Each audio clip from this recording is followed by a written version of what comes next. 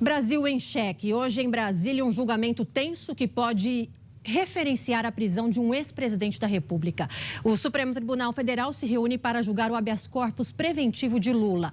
O resultado desse julgamento pode mudar o entendimento da Corte sobre as prisões depois da condenação na segunda instância da Justiça. O julgamento está marcado para começar às 14h, no plenário do STF. Como a defesa de Lula e o Ministério Público já se manifestaram, o primeiro a votar será o relator do habeas corpus, ministro Edson Fachin.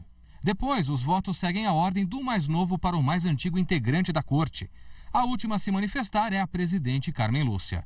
Não há tempo limite para a fala dos ministros. E se algum deles pedir questão de ordem para que a decisão valha em todos os casos parecidos ou mais tempo para decidir o voto, o julgamento pode até ser adiado. O resultado é imprevisível, já que o plenário do Supremo está dividido desde 2016, quando 6 dos 11 ministros votaram a favor da prisão após condenação em segunda instância. O voto decisivo será da ministra Rosa Weber, e ela já deu alguns sinais de que vai colocar o entendimento do colegiado acima da posição pessoal. Nos bastidores, os ministros são cautelosos e evitam especular um placar. Para alguns, o tema é tão complexo que pode render mais um dia de julgamento. A véspera foi marcada por novas pressões sobre a Corte. A Procuradora-Geral da República, Raquel Dodge, criticou a quantidade de recursos que existe no Brasil. Apenas no Brasil, o Judiciário vinha entendendo que só se pode executar uma sentença após 4 instâncias judiciais confirmarem uma condenação. Este exagero aniquila o sistema de justiça, exatamente porque a justiça que tarda é uma justiça que falha. Um grupo de senadores foi ao STF entregar um documento de apoio à prisão em segunda instância. Fazer um apoio à resistência que vem tendo a ministra presidente e pedir que ela mantenha essa posição, porque nós estamos diante da ameaça de um casuísmo escancarado de desigualar as pessoas perante a lei daqui por diante, se for concedido esse habeas corpus. Bom, o julgamento está marcado para daqui a pouquinho, às 14h, mas desde a meia-noite o esquema de segurança está montado. Nenhum manifestante vai conseguir se aproximar do Supremo Tribunal Federal. O repórter Yuri Ascar está em Brasília e tem mais detalhes para a gente.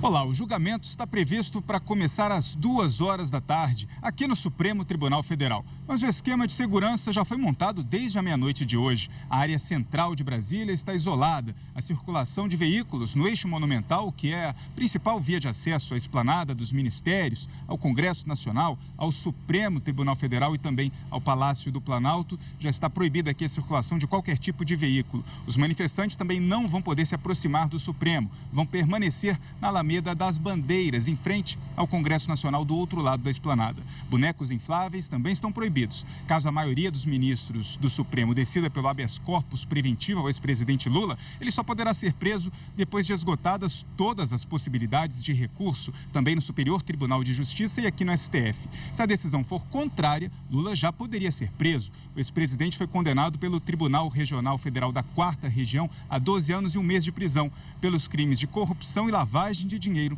no caso do triplex do Guarujá. De Brasília, Yuri Ascar. Bom, o fato é que qualquer que seja a decisão do Supremo, existe todo um procedimento a ser adotado pela Justiça Federal em Curitiba para que o processo prossiga. Acompanhe. Se o habeas corpus for negado pelo STF, Lula pode ser preso logo depois da sessão. Basta que a Justiça Federal no Paraná seja notificada eletronicamente. A partir daí, o juiz Sérgio Moro poderá expedir o mandado de prisão do ex-presidente. Se a sessão com os ministros acabar tarde, isso deve acontecer na quinta-feira. A questão não é Lula solto. Essa decisão envolve muito mais do que Lula. Envolve Lula e todos os outros poderosos, da Lava Jato e além. Envolve Eduardo Cunha, Palocci. Grande parte do nosso trabalho da Lava Jato e de outras grandes investigações contra a corrupção vai ser aniquilado, vai ser diluído, vai ser esvaziado. Se a prisão se confirmar, o juiz Sérgio Moro poderá dar um prazo para Lula se apresentar à Polícia Federal. A intenção é evitar uma exposição ainda maior do petista, com a polícia fazendo buscas por ele. A expectativa é que o ex-presidente fique preso aqui em Curitiba, possivelmente em uma sala na sede da PF. Se o Supremo Tribunal Federal conceder o habeas corpus, nada muda. Lula segue respondendo o processo em liberdade. Em julho do ano passado, o juiz Sérgio Moro condenou o ex-presidente a 9 anos e meio de prisão por corrupção e lavagem de dinheiro. Em janeiro deste ano, o Tribunal de Porto Alegre aumentou a pena para 12 anos. E nessa terça-feira, várias capitais tiveram protestos para pedir a prisão do ex-presidente Lula. Em São Paulo, a manifestação foi em frente ao MASP, a sede da Fiesp, a Federação das Indústrias. O ato foi convocado por movimentos favoráveis à prisão de Lula. As duas pistas da Avenida Paulista foram interditadas.